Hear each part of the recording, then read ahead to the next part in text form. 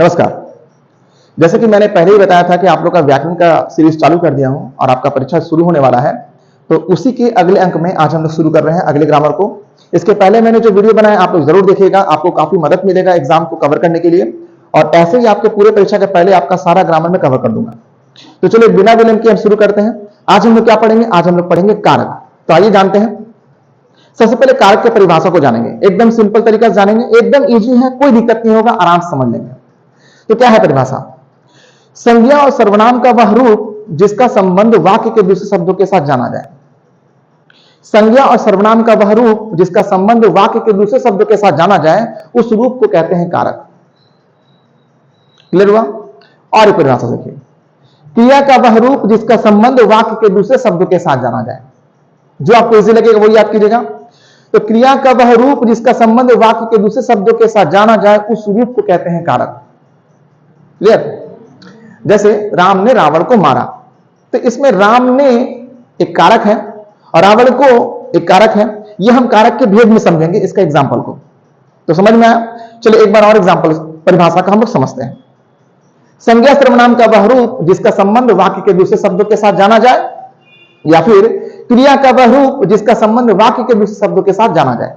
देखिए यह वह रूप है जो एक वाक्य को कनेक्ट करके रखता है और उसके बीच में संबंध बताता है। क्लियर हो गया? चलिए हम भेद समझते हैं। इसके 8 भेद होते हैं, हम बारी बारी से समझते हैं ताकि आपको दिक्कत ना हो, आप समझ पाएं। ठीक है? तो इसके पहले भेद को हम समझते हैं। इसका पहला भेद यहां पर कर्ता कारक है। क्या है? देखिए, वाक्य में जो कार्य करता है कर्ता कारक। एकदम सिंपल परिभाषा, आराम से याद हो जाएगा। वाक्य में जो कार्य करता है उसे हम कर्ता कारक कहते हैं। उदाहरण, राम ने रावण को मारा। अब इस वाक्य में काम कौन किया? बोलिए, राम ने किया। तो यहां पर राम ने हो गया आपका पहला कर्ता कारक। तो ये पहला क्या हो गया? राम ने आपका कर्ता कारक। तो वाक्य में जो काम करता है वही होता है कर्ता कारक। अगला देखते हैं, कर्म कारक। कर्ता के कार्य का फल जिस पे पड़े, कर्ता जो काम कर रहा है उस काम का फल किस पे पड़ रहा है? जिस पे पड़ रहा है वही मेरा कर्म कारक। यानी कर्ता के कार्य का फल जिस पे पड़ा, कार्य का फल जिस पे पड़ा वही मेरा कर्म कारक। उदाहरण के लिए, राम ने रावण को मारा। जरा ध्यान से समझिएगा, राम ने रावण को मारा, तो काम कौन कर रहा है? राम ही कर रहा है। उसका काम क्या है? मारना, और मारने वाला काम का फल किस पे पड़ा? रावण पर। हो गया? समझ में आ गया? सीता ने गणेश को एक कलम दी। सीता ने गणेश को एक कलम दी। बोले काम कौन किया? सीता ने किया। उसका काम क्या था? कलम देना। किसको? किसको? गणेश को। बस वही मेरा कर्म है। तो समझ में आ गया? तो कार्य का फल जिस पे पड़ता है वही मेरा होता है कर्म कारक। मैंने एक ही एग्जांपल दिया है राम का, आप चाहे तो देख सकते हैं। जैसे राम ने रावण को मारा, काम कौन किया? राम ने किया। उसका काम क्या था? मारना, और मारने का फल किस पे पड़ा? रावण पर। तो ये रावण हो गया मेरा कर्म। ठीक है ना? रावण मेरा हो गया कर्म। क्लियर हो गया? चलिए आगे देखते हैं।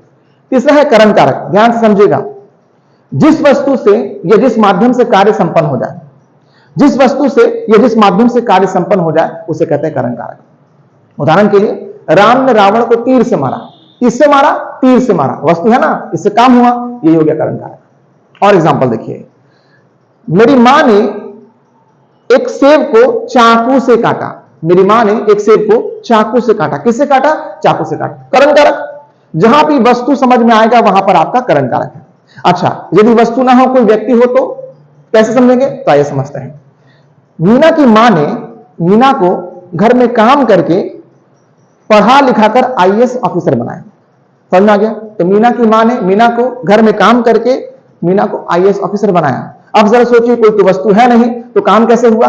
हुआ। ध्यान से सुनिए, काम कौन कर रहा है? उसकी मां कर रही है। तो मां तो कोई वस्तु की चीज नहीं होती है, तो मां हो गया माध्यम। यानी जिस माध्यम से भी कोई कार्य संपन्न होता है उसे बोलते हैं कर्म कारक। तो यहां पर काम कौन कर रहा है? उसकी मां का माध्यम के आधार पर उसके काम का संपन्न होना। क्लियर? तो यहां पर कर्म कारक समझ में आ गया। फिर से बता देता हूं, जिस वस्तु से या जिस माध्यम से कार्य संपन्न हो उसे हम कहते हैं कर्म कारक। आगे देखते हैं। उसके बाद संप्रदान कारक। ध्यान से सुनिएगा, जिसके लिए कार्य किया जाता है, जिसके लिए कार्य किया जाता है वो होता है संप्रदान कारक। एकदम सिंपल, जिसके लिए कार्य किया जाता है वो होता है संप्रदान कारक। जैसे राम ने रावण को किसके लिए मारा? बोलिए, सीता के लिए मारा। बस वही गया संप्रदान कारक। सोहन ने अपनी बहन के लिए गुड़िया खरीदा। किसके लिए खरीदा? अपनी बहन के लिए। संप्रदान कारक। अच्छा, कभी कभी ऐसे भी दे सकता है, गरीबों को भिक्षा दो।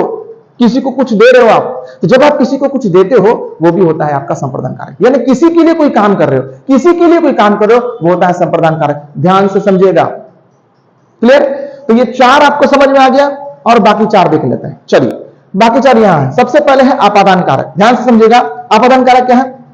सिंपल, जिस रूप से अलग होने का भाव पता चले, जिस रूप से अलग होने का भाव पता चले उसे कहते हैं अपादान कारक। नाम से ही पता चलता है अपादान। अ मतलब अलग, पा से पादान मतलब पायदान, अपने स्थान से अलग होना। एकदम सिंपल है। तो जिस रूप से अलग होने का भाव पता चले, एकदम सिंपल है। कैसे समझेंगे? जैसे पेड़ से पत्ते गिर गए, अलग हो गया भाई। हाथ से कलम छूटकर नीचे गिर गया, अलग हो गया, गिर के अलग हो गया।